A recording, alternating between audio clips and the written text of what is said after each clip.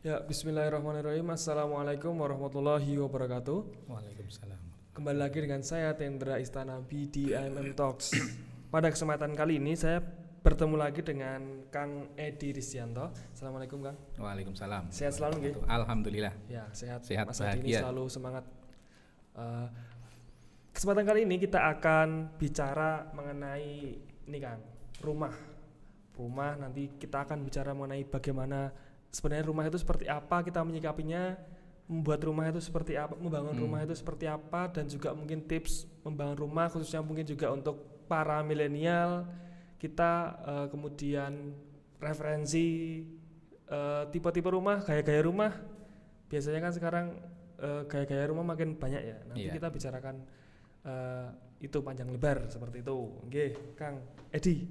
Ya. Yang pertama, sebenarnya esensi dari rumah menurut jenengan secara nopo nggih? Apa secara teori atau secara prinsip seperti itu seperti apa menurut jenengan? Baik, Mas Hendra dan teman-teman yang menyimak pada MM Talk pada kesempatan hari ini. Jadi rumah sendiri itu pengertiannya kan adalah satu bangunan yang itu dijadikan tempat untuk berlindung, kemudian bertumbuh, kemudian ya bahasanya mungkin melakukan proses dalam kehidupannya untuk pendidikan, membangun keluarga dan sebagainya. Sehingga rumah ini juga bisa mencerminkan karakter dari pemiliknya itu sendiri. Ini yang penting nih. Iya, betul. Rumah itu karakter dari orangnya ya. Betul, ya. Terus gimana nih? Nah, bagaimana rumah itu bisa menjadi karakter? Itu kita bisa melihat pertama dari tata letak lokasi, kemudian bagaimana dia menyusun bagian-bagian kamar dan ruangannya. Apakah dia orang yang terbuka atau tertutup? Itu kelihatan dari model-model rumah. Berikut juga ornamen-ornamen yang dipasang di situ. Nah, ada juga rumah itu mencerminkan budaya. Budaya baik itu mungkin dari Jawa, Sunda, kemudian Papua dan sebagainya. Nah, rumah ini punya satu keunikan tersendiri di masyarakat kita karena apa? Rumah ini punya nilai-nilai yang khusus gitu ya. Terutama di budaya-budaya tertentu, itu rumah menjadi lambang kasta seseorang. Jadi mungkin orang yang punya bahasanya mungkin punya jabatan atau punya kedudukan di tingkat masyarakat, rumahnya pasti khusus. Misalnya di suku-suku tertentu masih dipasang adanya tanduk kerbau, yang tanduknya lebih banyak maka dia strata sosialnya lebih tinggi. Kemudian kalau di Jawa mungkin yang rumahnya besar, kemudian lantainya lebih dari satu, itu juga stratanya tinggi dan seterusnya. Cukup banyak lah variasinya. Jadi memang yang tadi yang paling penting ya, rumah itu mewakili kita sebagai seorang manusia tadi dalam berkehidupan itu ya, terutama juga ciri. Nah, berarti kalau orang yang mengerti rumah mungkin ketika datang ke rumah seseorang itu bisa memahami karakternya gitu. Mas Ya, Edi, secara garis besar secara kita bisa langsung melihat itu, tetapi meskipun itu bukan hal yang mutlak ya. Misalkan satu contoh saja. Satu rumah kemudian dia memasangi pagar yang rapat sekali. Ini ada kecenderungan orang yang bertempat di situ adalah orang yang agak tertutup atau secara kepribadian mungkin introvert lah begitu. Beda dengan orang yang terbuka, extrovert, dia akan kalaupun dia membuat pagar, pagarnya itu akan cenderung terbuka. Pagar yang tidak tertutup rapat atau bahkan tidak memasang pagar sama sekali. Nah, ini suatu gambaran saja yang paling sederhana. Belum lagi nanti masuk ke tata ruang dan juga tata letak dari perabot-perabot yang ada di dalamnya. Tentu selain juga pertimbangan keamanan ya kalau masalah Iya, pagar itu betul, ya. Karena mungkin memang kalau zaman sekarang sebagian besar atau kebanyakan keluarga atau di rumah-rumah mungkin perumahan ya memang sudah ada pagarnya, tetapi kalau yang tipikal yang rumah membangun sendiri ini ya berarti ya maksudnya ya membangun sendiri tentu tadi mencerminkan seperti tadi introvert atau mungkin terbuka seperti seperti itu. Nah, kalau kemudian bicara mengenai membangun rumah, Mas Edi, pertimbangan apa yang sebaiknya kita miliki, kita butuhkan untuk membuat sebuah rumah sebenarnya menurut jenengan? Baik. Untuk membangun rumah itu yang paling utama kalau menurut saya adalah pertama terkait dengan faktor lingkungan. Kalau kita mencari di lokasi yang baru, maka faktor lingkungan ini menjadi penting, harus kita perhatikan. kecuali kalau tanah atau lokasi yang kita pakai itu adalah warisan, itu yang kita memang tidak bisa memilih gitu ya. Itu yang pertama, karena lingkungan memang tidak bisa dibeli gitu ya. Dia terbangun oleh sistem dan masyarakat. lingkungan itu juga preferensi pribadi juga ya. Betul. Dia pengen lingkungan yang seperti apa tentu beda. Mungkin yang religius, yang dekat dengan kota dan sebagainya, itu masing-masing punya gambaran. Nah, kemudian yang kedua adalah terkait dengan sirkulasi udara. Sirkulasi udara, kemudian pencahayaan, kemudian tata letak dari ruangan-ruangan tersebut. Karena ini sangat berpengaruh terhadap kesehatan dari penghuninya sendiri.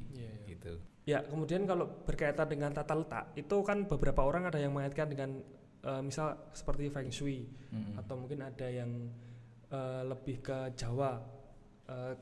Tradisi-tradisi tertentu itu kan ada sebuah ilmu atau mungkin apa itu namanya, kearifan yang kemudian seperti tadi, rumah itu harus menghadap seperti ini. Misal kalau Jawa menghadap utara misal contohnya, atau menghadap seperti ini, kemudian jangan di lokasi ini dan seterusnya. Itu pripun jenengan melihatnya? Ya, baik. Jadi di beberapa keyakinan memang ada orang yang fokus kepada keilmuan-keilmuan seperti itu.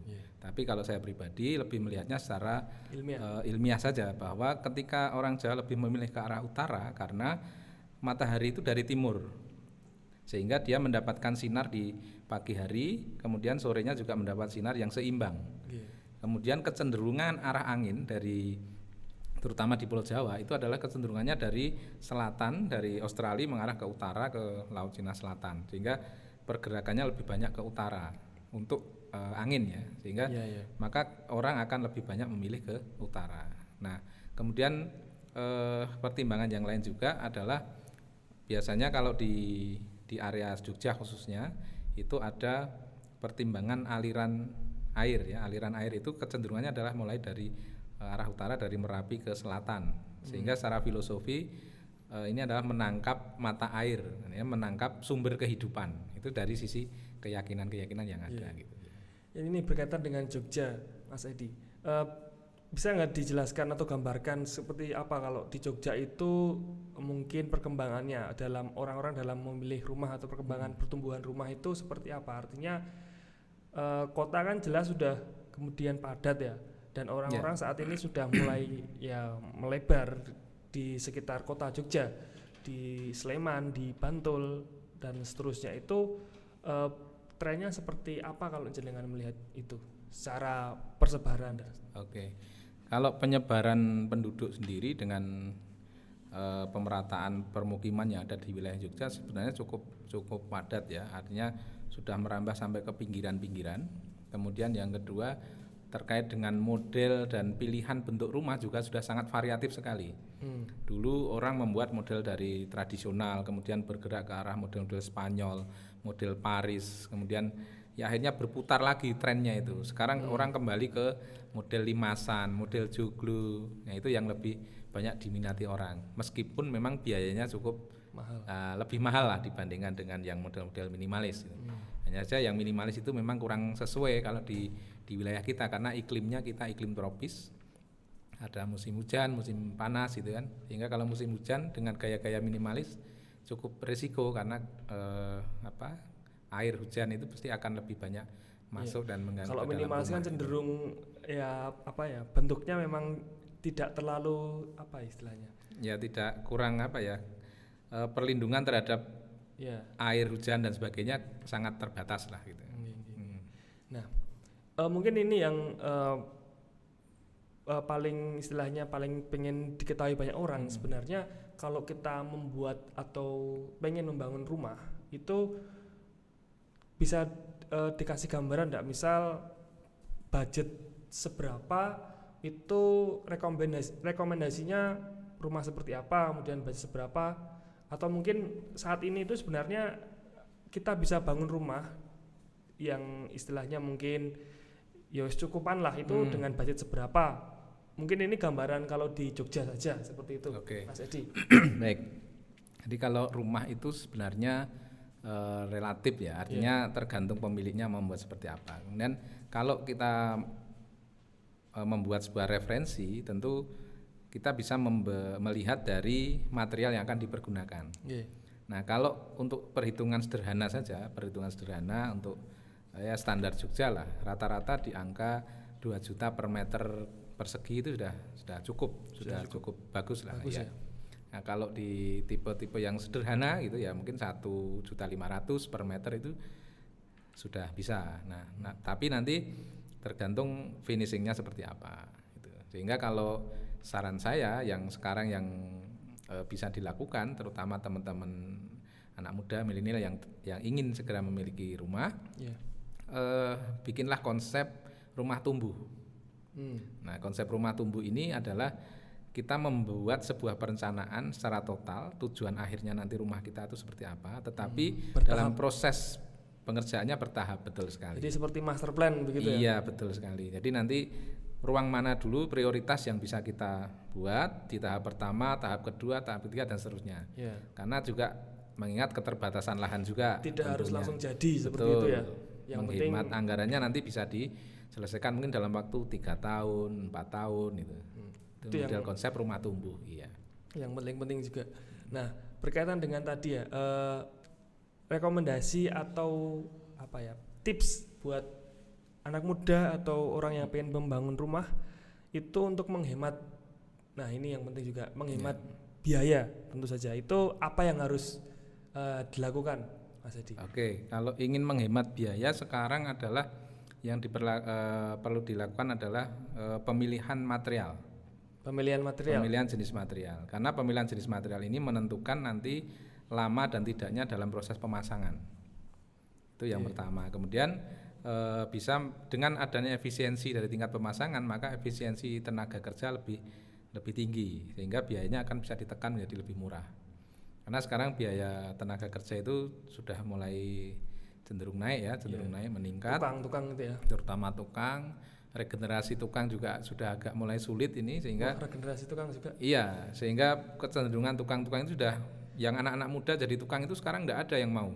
Waduh. Nah, anak muda sekarang pengennya yang pegang HP, pegang laptop, ya jualan online gitu. Kalau pegang alat cetok dan sebagainya akan cenderung lari dia. Iya.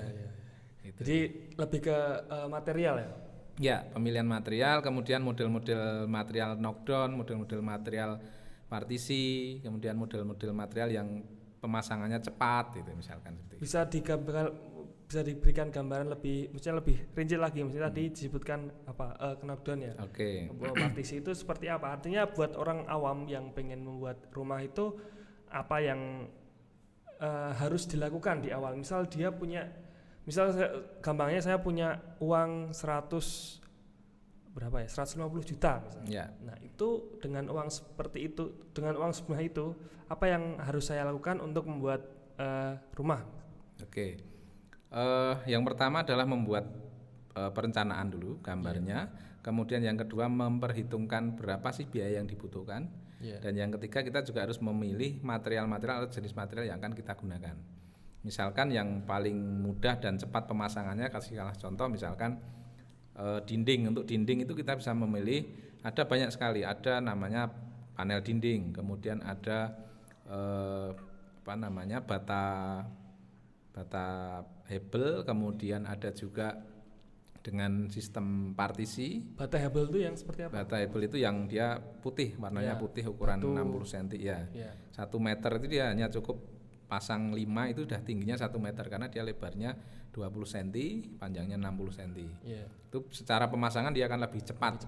Efisien waktunya dibandingkan dengan batu bata yang dari tanah itu, ya betul. Kemudian kalau model partisi, dia lembaran seperti triplek itu lebaran 120 kali 240, sehingga dia akan lebih cepat. Dan kerangkanya juga bisa dengan kerangka baja ringan, dengan kerangka yang cukup simpel, pemasangannya cepat gitu. Efisiensi tenaganya lebih tinggi begitu. Kalau untuk kekokohan atau kekuatan tadi barang-barang atau bahan-bahan yang tadi disebutkan itu, maksudnya kan orang awam yang membuat rumah itu dengan cenderungnya mungkin konvensional ya, batu bata dan seterusnya, pondasi batu bata, atap yang biasa rumah kampung. Tapi dengan bahan-bahan yang seperti itu seperti apa? Kalau dari sisi ketahanan tentu alat-alat bahan baku itu juga sudah cukup teruji ya, dari pabrik juga sudah teruji, kemudian standarisasinya juga sudah SNI. Hanya saja yang perlu diperhatikan biasanya kalau orang kampung, orang desa itu akan lebih memilih material-material lokal, itu kan pertama itu. Kemudian nah yang bisa disiasati adalah di sisi luar, dinding luar itu kita bisa menggunakan material lokal. Kemudian untuk pembagi ruangan itu kita bisa menggunakan sekat-sekat model partisi sehingga akan menghemat biaya. Jadi gitu, ya.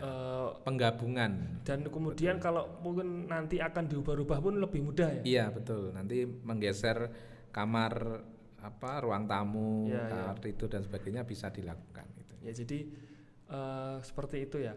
Kemudian kalau seandainya lebih dari satu lantai, itu tipsnya seperti apa?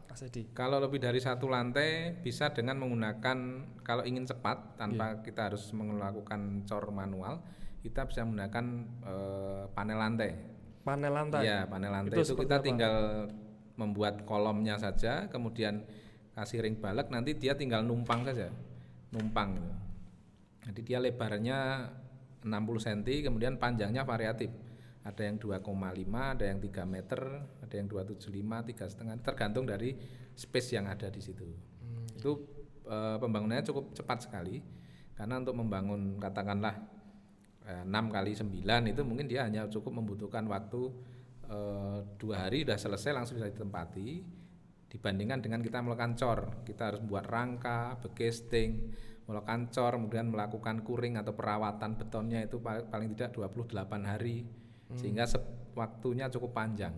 Sementara dengan panel lantai kita pasang, setelah saya pasang hari itu sudah bisa kita gunakan dan kita lanjutkan pembangunan di lantai berikutnya.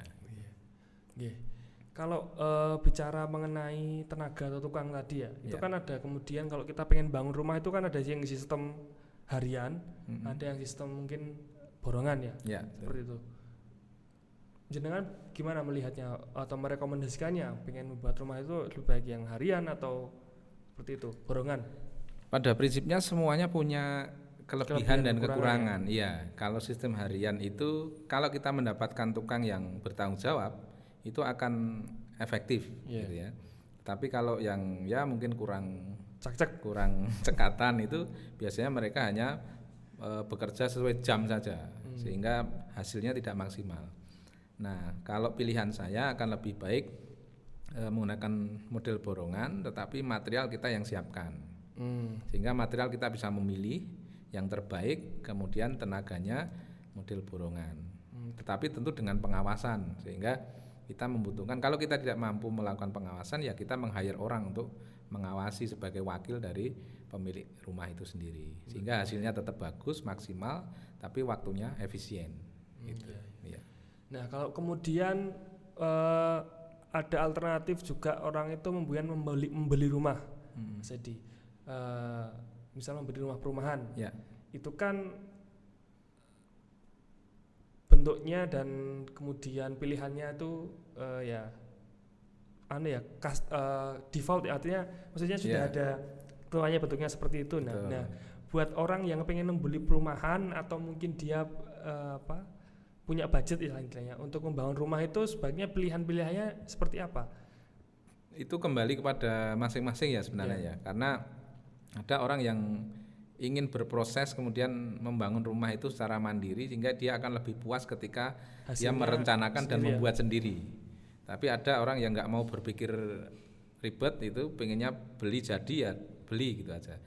Nah ini yang perlu diperhatikan adalah kalau beli di perumahan itu harus diperhatikan tentang kualitas dari bangunan itu sendiri, karena di pandangan umum itu biasanya kalau perumahan itu pasti kualitasnya mungkin agak kurang ya gitu. Nah ini yang perlu diperhatikan, meskipun sekarang sudah banyak developer yang sudah membangun dengan kualitas terbaik dengan ya tentu dengan harga yang cukup bersaing lah gitu. Ya.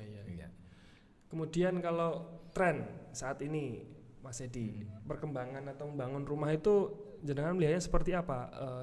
Tadi sudah disinggung ya sebenarnya, tren itu kembali ya. Nah itu, tapi kalau untuk saat ini sebenarnya seperti apa? Kalau sekarang trennya sudah mulai kembali ke era dulu ya. Jadi model-model tradisional itu sudah mulai digemari lagi karena memang tradisional ini dirasakan ada aura tersendiri ya, aura kenyamanan, kemudian aura ketenangan, aura keteduhan ini yang bisa dirasakan dan sesuai dengan karakteristik orang-orang Jawa khususnya orang Jogja gitu. Jadi Ya.